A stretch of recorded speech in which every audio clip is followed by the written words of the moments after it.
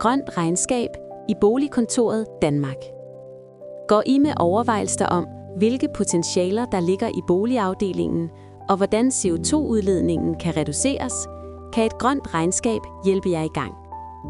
Det grønne regnskab tager udgangspunkt i boligafdelingens infrastruktur. Det omfatter blandt andet belysning og transport, samt el, vand og varme. Målbare parametre, der tilsammen giver et samlet overblik. Det grønne regnskab er en digital løsning, der kan tilgås på tværs af boligselskabet af både bestyrelse, drift og beboere. Det fungerer som et ledelsesmæssigt dialogværktøj, men rummer også et simuleringsmodul. Her kan forskellige tiltag til- og fravælges, og man kan se, hvordan de påvirker CO2-udledning, økonomi og forbrug.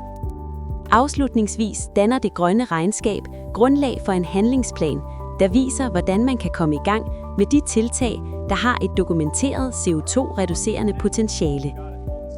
Ønsker du at høre mere om grønt regnskab, kan afdelingen for grøn omstilling kontaktes.